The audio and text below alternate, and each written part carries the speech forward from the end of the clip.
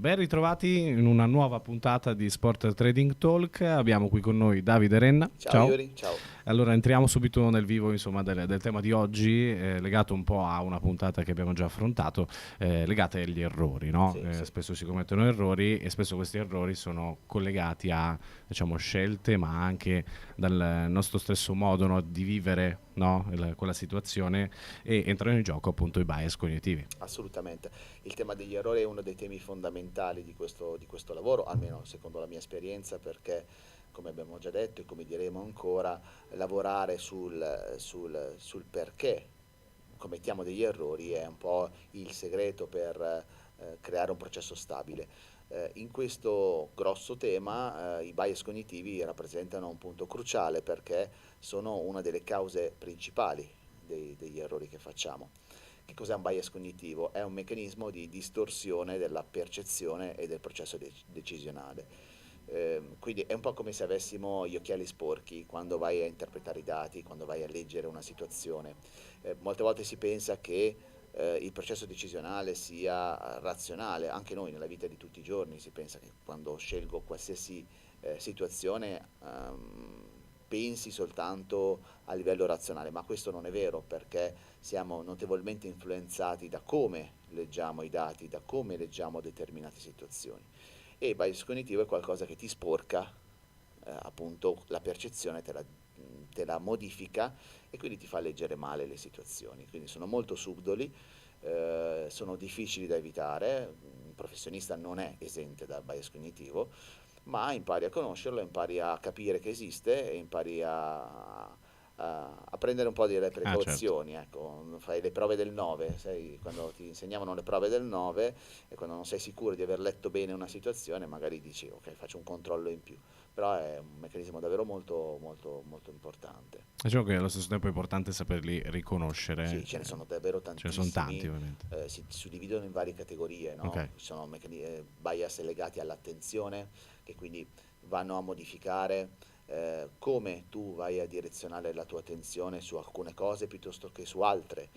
Ci sono bias legati alla memoria, quindi ti fanno ricordare determinate cose e ti fanno dimenticare determinate altre cose.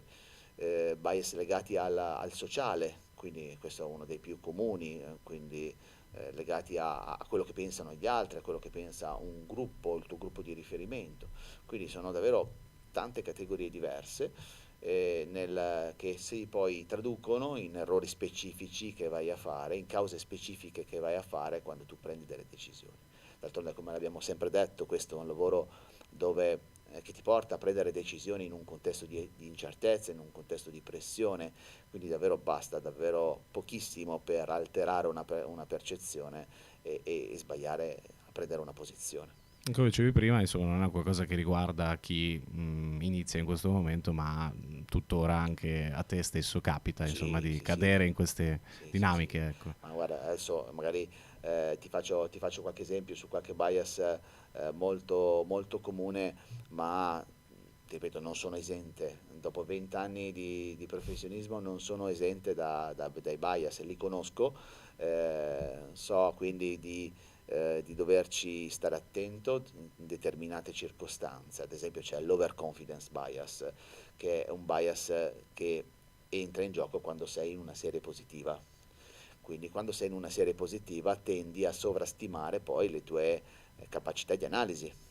È il sintomo dell'onnipotenza che si ha quando tutto va bene, quando sei in serie positiva e questo mi ha portato a conoscere questo bias e averlo vissuto davvero tante volte, mi ha portato a stare molto attento alla decisione che prendo dopo una serie vincente, perché tendi a sovrastimare determinate cose, tendi a sottovalutare altre, quindi ad accorciare il tuo processo decisionale semplicemente perché hai una confidenza molto ampia del tuo processo, che è dettato dalle vittorie recenti.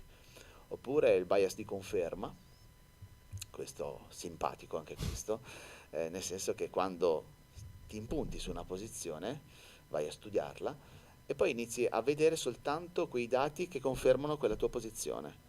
Quindi succede che se c'è qualche dato che va contro quella posizione che ti sconsiglia, quel tipo di posizione tu non lo vedi, la tua percezione vede più quello che lo conferma, quindi a quel punto, non so se ti è mai capitato, decidi di comprare una macchina, eh, voglio comprare una Q2 rossa, inizi a vedere solo Q2 rosse in giro.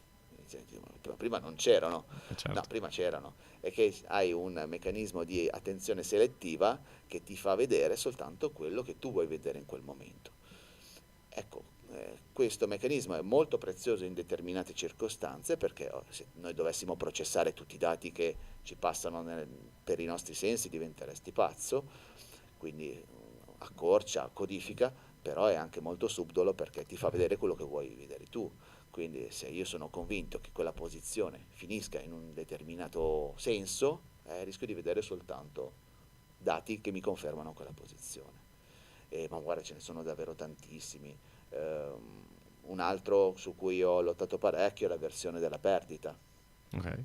Questo è un meccanismo molto più ampio, a nessuno piace perdere, soprattutto quando fai un lavoro legato alle performance, dove sei competitivo, va bene, però l'avversione alla perdita, quindi al dolore psicologico che provoca una perdita, che è notevolmente superiore a parità di numero a quello che provoca una vincita, ti porta a prendere delle decisioni che sono sbagliate, sono troppo prudenziali. Mi capitava nel tennis, ad esempio, che spesso facevo cash out molto presto, quindi uscivo dalla posizione, mi accontentavo di un margine di profitto più basso, semplicemente perché non volevo rischiare che quella posizione poi andasse in perdita. Il tennis è lo sport del diavolo, quindi tutto quello che va bene in questo momento potrebbe crollare tra due minuti, e quindi però la versione della perdita è un altro bias che ti sporca la decisione che tu prendi, e ce ne sono davvero tantissimi.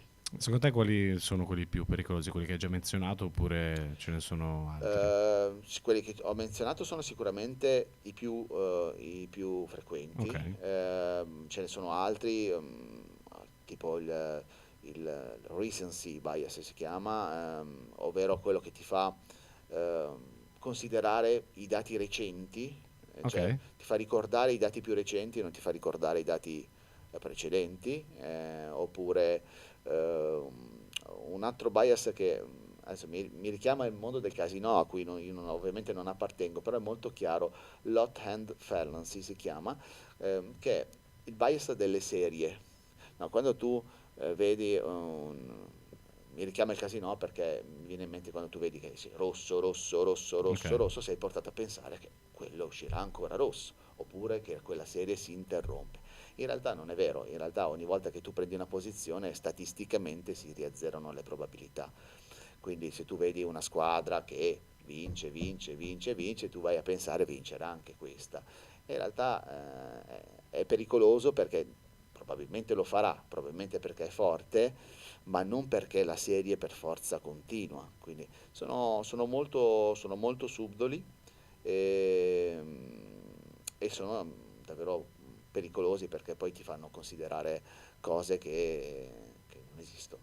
certo. Ok. Diciamo che poi l'obiettivo credo sia proprio quello di saperli gestire, no? Non eliminare a questo punto. No, eliminare è impossibile perché Ok, comunque sono meccanismi che tutti abbiamo e che in determinate circostanze ci devi fare i conti. Puoi imparare a gestirli? Beh, intanto come sempre, lo diremo sempre in qualsiasi cosa, la consapevolezza, sapere che esistono già comunque è una cosa, mi mette in posizione di vantaggio. Poi inizio a capire come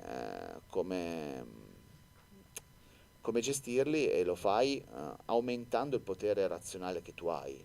In questo caso, cosa che non è tipica mia, ad esempio, io sono molto intuitivo, ok, meno razionale, ho dovuto forzare nella mia esperienza tutti quegli strumenti che mi amplificano la parte razionale, ad esempio il meccanismo di scoring, quindi creare un meccanismo che ti dà numericamente una posizione, ti permette, come dicevamo prima, la prova del 9, no?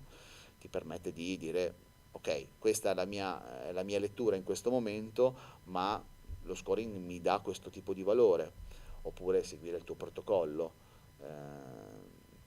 Molte volte mi capitava per il bias dell'overconfidence, che alla quarta, quinta posizione iniziavo un po' a essere creativo, quindi Ok. uscire dal mio protocollo. Allora il protocollo adesso mi ripara da questo, quindi ne posso anche vincere 10 di posizioni di seguito, ma non posso uscire dal protocollo, non posso diventare creativo. Ecco, quello è un binario che mi sono creato proprio per evitare che dopo 4, 5, 6 posizioni ti senti onnipotente e inizi a inventare.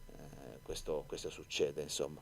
E ti fai prendere un po' dall'entusiasmo, no? Sì, Quindi sì, sì, sì, ma è davvero, inizi a è vedere, è difficile. pericoloso perché inizi a vedere cose che non ci sono, Certo. quindi perché poi non è la testa, è proprio quello che tu inizi a Mm. vedere, sono meccanismi di distorsione della percezione, quindi tu inizi a vedere dati e non vederne altri, inizi a vedere cose e non vederne altri, quindi tu prendi delle decisioni che sono davvero reali per te, e però hai semplicemente visto male. Cioè, se tu ti metti gli occhiali arancioni che utilizzo la sera per dormire meglio, il mondo lo vedi arancione, ma non è arancione, quindi diventa davvero pericoloso. Eh, Però sapere che esistono è sempre Buon punto di partenza alla fine. metà della risoluzione del problema, sì. Assolutamente. E si può essere appunto immuni ai bias? No, no, no, non si può essere immuni al bias. Ok. Devi imparare a conviverci, devi imparare a conoscerli, eh, eh, anche andando a studiare il nome o ad esempio collegarli ad esperienze che sono fuori dal tuo lavoro, Ok. perché poi noi ce li portiamo in tutto quello che facciamo, i bias. Ti permette di capire che ce ne sono tanti, capire quando nascono ed essere più sereno nel momento in cui prendi la decisione. Adesso mi viene in mente anche un altro bias che è il groupthink, che vuol dire il conformismo sostanzialmente. O l'anticonformista, ma poi magari nasci anticonformista e tendi ad andare, se sei il bastian contrario, tendi ad andare sempre contro quello che pensa un gruppo. E mi capitava tanto tempo fa, che ovviamente io ho le mie fonti di informazioni, punti di riferimento da cui attingo pareri tecnici, Ok. però mi capitava in certi periodi, magari di underconfidence, quindi magari quando esci da un periodo un po' più difficile, di dare troppo peso al pensiero altrui. Quindi nel momento in cui, poi questi meccanismi si accavallano anche, no? Quindi se hai l'avversione della perdita, sei magari in un periodo di bad run, quindi di bassa confidenza, diciamo che affidarti anche al pensiero di gruppo ti aiuta un po' a proteggerti, a proteggere la tua decisione. E anche questo è un bias, nel senso che Certo. poi col tempo impari a, È l'esperienza alla a fine. bilanciare. E poi davvero bilanciare è uno dei termini principali, perché è proprio una bilancia. Quindi molte volte il bias ti sbilancia dando peso su alcune cose, l'opinione altrui piuttosto che un dato che tu hai visto, piuttosto che altre. Ed è davvero pericoloso. Quindi il creare nel tempo personalmente e metodologicamente un equilibrio nella propria bilancia è l'unico modo per attutire questo tipo di effetto. A questo punto si può dire appunto che non è solo una questione di studio relativo alle variazioni che vai a fare, ma bisogna fare uno studio proprio su se stessi. Sì, che poi è un po' il punto comune di tutto quello che Certo. diremo e abbiamo detto e che diremo. Questo lavoro mi ha portato una consapevolezza e un piacere nella crescita personale, perché poi tutto quello che diciamo qui dentro te lo porti nella vita reale, non che il mio lavoro non sia la vita reale, ma te lo porti anche in altre circostanze e impari o meno ci provi, a diventare migliore.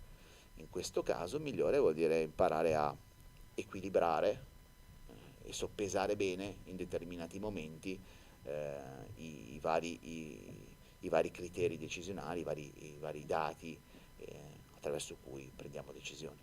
Ottimo, abbiamo fatto una bella panoramica, insomma, dei bias cognitivi che sono, insomma, delle cose che bisogna considerare se si vuole appunto intraprendere un percorso all'interno dello sport trading. Ti ringraziamo Davide per Grazie a essere te, grazie stato a qui te. con noi. Ricordo in conclusione, come sempre, potete trovare il numero di telefono 320 47 47 580, abbiamo anche il sito web per rimanere aggiornati www.sport-trading.life, Davide Renna su LinkedIn, e poi trovate anche l'email, insomma info@sport-trading.life. Grazie mille, alla Grazie a te, prossima. ciao, ciao.